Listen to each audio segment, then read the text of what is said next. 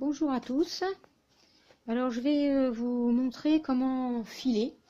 Donc pour ceux qui ont des lapins angora, au lieu de jeter la fourrure quand on les a tondus ou épilés, ben, on peut utiliser cette toison pour filer et faire des pelotes.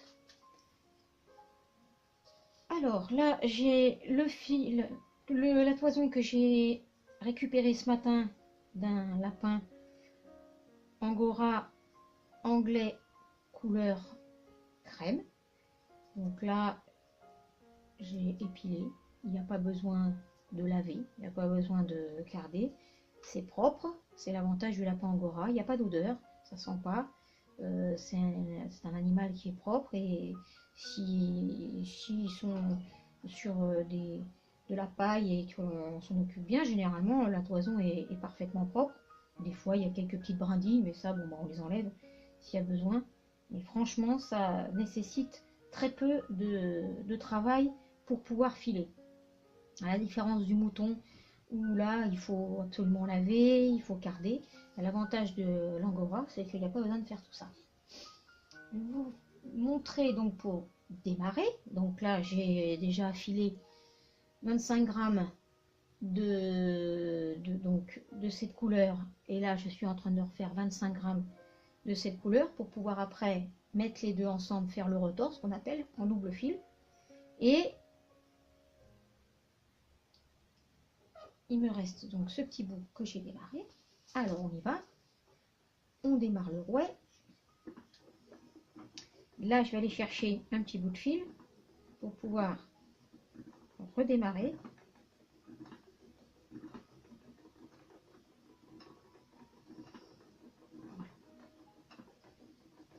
Alors le principe, il est simple. Avec ma main gauche, j'étire. Donc je mets ma main vers moi. Et avec la main droite, je vais laisser filer le fil. En fait, la main droite, elle fait rien.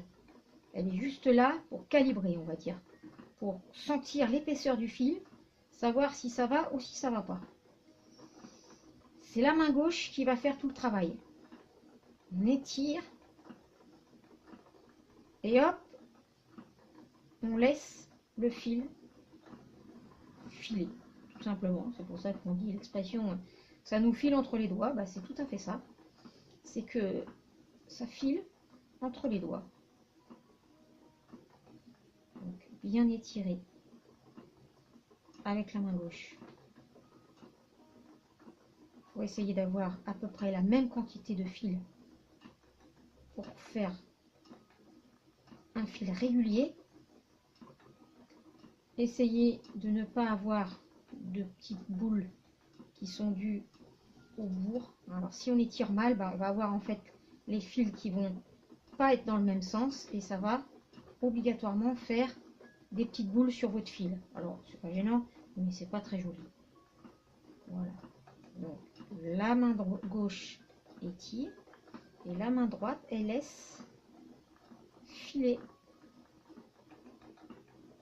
le fil.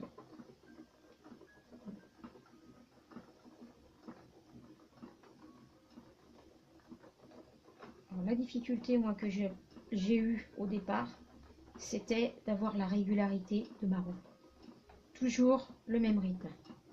Voilà, pour pouvoir savoir un peu plus gérer, savoir où on en est. Ensuite, la difficulté que j'ai eue quand j'avais réussi à peu près à gérer ma roue, c'était comment raccorder. Ça a été ce qui a été le plus difficile pour moi. Donc raccorder. Bon, par exemple, là, moi j'ai une touffe. Je prends tout sur moi, je m'embête pas à faire des petites boules. Alors certains mettent dans leurs mains une petite quantité, moi je prends tout. Parce que ça m'arrive des fois de pouvoir aller rechercher plus facilement. Voilà, là j'ai une petite quantité, il faut que je raccorde. Je vais aller chercher un peu plus de longueur de fil. Donc là on voit bien le twist, comme on appelle ça. Je redémarre. Voilà. Et là, je vais aller chercher du fil que je vais mettre un peu sur mon fil qui a déjà été filé. Ce qui fait que ça va s'emmêler avec ce qui est déjà filé, qui a de la force. Et ensuite, je vais pouvoir continuer avec mon fil qui n'est pas filé. Ça paraît tout simple à dire, mais j'avoue que ça a été pour moi la plus grosse difficulté. Pourquoi? Parce qu'en fait, au départ, on a tendance à pas faire du fil de la même épaisseur. On a du fil qui est... Alors des fois, on laisse partir trop de tête, trop de fibres, donc on a du fil plus épais, et des fois, on laisse partir pas assez de fil. Ce qui fait que le fil, il casse. Et alors, on se retrouve embêté parce que, bah voilà, j'ai plus qu'un tout petit bout. J'ai plus que ça pour me raccorder. Donc on se dit, bah comment je vais faire? Alors on essaye au départ d'accorder comme ça. Moi, j'essayais d'emmêler ici, ça faisait rien. Donc la solution que j'ai trouvée, qui est pour moi la mieux, je reprends un peu de fil de longueur, hop, et là, je vais aller chercher du fil que je vais mettre sur ce qui a déjà été filé. Parce que celui-là, il a de la force, il casse pas. Et ensuite, je vais pouvoir filer, continuer. Voilà. Ça, c'est vraiment ce qui a pour moi été le plus difficile. Après, il faut savoir accélérer sa roue un peu, redémarrer un peu aussi. Ça, c'est bien parce que quand vous avez, par exemple, des petites bourres à enlever, vous avez un petit brin de paille, au lieu de s'arrêter, bon, on peut s'arrêter pour le faire, hein.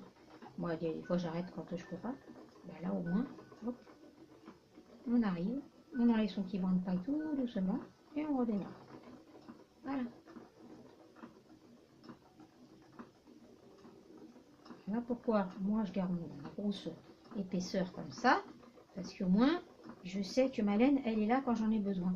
Et en fait je me suis rendu compte, quelque chose qui m'a énormément aidé quand j'ai commencé à filer, c'est de me rendre compte que j'ai déjà dans ma laine ici un peu de fil qui s'est, une force qui s'est mise. Ce qui fait que ça va aller chercher, déjà dans ma touffe, ça va aller chercher du fil. Ça paraît... c'est un peu compliqué à exprimer. Voilà, donc, bah, quand vous avez fait ça, vous pouvez après y aller pendant le temps que vous voulez. Puis surtout, c'est super parce que bah, votre lapin, vous l'avez libéré de sa toison qui parfois est un peu étouffante pour lui quand il y en a trop.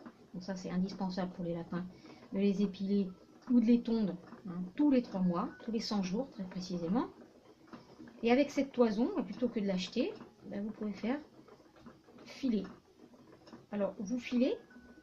Hein, vous pouvez trouver des rouets sur les très bons fabricants de rouets en France qui, pour pas trop cher, vous avez un rouet de super qualité. Moi, le mien, il vient des Landes. Une fabrique de père en fils, des gens qui travaillent vraiment en façon artisanale. Et je l'ai eu pour une somme tout à fait correcte. Grâce à ça, bah après, alors pour s'arrêter, hein, hop, j'enroule mon fil pour éviter que le retors s'en aille. Voilà, mon fil. L'avantage donc de faire ça, c'est que vous pouvez donc après, quand j'aurai fait mes 2 pelotes, mes deux bobines, 25 grammes, 25 grammes, je vais les refaire ensemble, mais dans le sens inverse. Et ensuite, voilà, je pourrai avoir mes petites bobines. Alors, en fonction de la couleur de mes lapins, ça c'est un lapin noir, donc ça donne une couleur assez sympa, ça donne une couleur argentée. Et donc là, on voit quand même les 2 fils qui se sont unis, puisque quand il est tout seul comme ça, on l'appelle le célibataire. Bon, certains disent qu'on peut pas tricoter avec celui-là. Bon, oui, peut-être, il a tendance à avoir trop de force. Et le fait de le retordre dans l'autre sens avec un autre fil, ils vont se mettre tous les deux et ça va donner un fil qui aura perdu sa force, qui ne sera pas à se torsader. Ça, c'est un lapin noir. Ça, c'est mes lapins angora blancs. Mes lapins angora français. Voilà. Alors après, on peut teinter. Moi, j'ai essayé avec du curcuma, j'ai essayé avec des betteraves. Il y a plein de choses pour teinter en naturel. Et après, bah, vous avez des petites réalisations comme ça. Voilà, j'ai fait des petits chaussons pour bébé. Alors, comme cadeau pour Noël, bah, c'est extra, quoi. C'est très joli. Écoutez, j'espère que ça vous donnera envie de filer la laine de vos lapins. Bon courage et si vous avez besoin, n'hésitez pas à me poser des questions.